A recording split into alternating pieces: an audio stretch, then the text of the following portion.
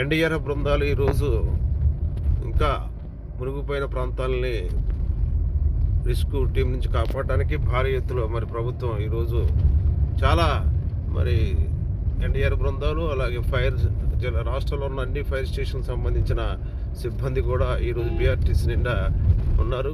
వీళ్ళందరూ చూసి ప్రజలకు కూడా మంచి ఒక నమ్మకం కలిగింది, వీళ్ళు మనల్ని రక్షిస్తారని. మరి ఈరోజు ఇంకా చిన్న చిన్న తుప్పరులు ఉన్నాయి. వరద ముప్పు అయితే తగ్గింది. బీఆర్టీసీ రోడ్డు అలాగే సింగనగరు, దేవీనగరు ఈ ప్రాంతాల్లో ఇంకా చినుకులు పడుతూనే ఉన్నాయి. రెస్క్యూ సిబ్బందికి ఎటువంటి ఇబ్బంది లేకుండా కార్యక్రమాలు జరుగుతున్నాయి. ముఖ్యమంత్రి శ్రీ నారా చంద్రబాబు నాయుడు గారు అలాగే ఉప ముఖ్యమంత్రి శ్రీ పవన్ కళ్యాణ్ గారు వీళ్ళందరూ ఉండి కార్యక్రమాలని ముందుకు తీసుకెళ్తున్నారు.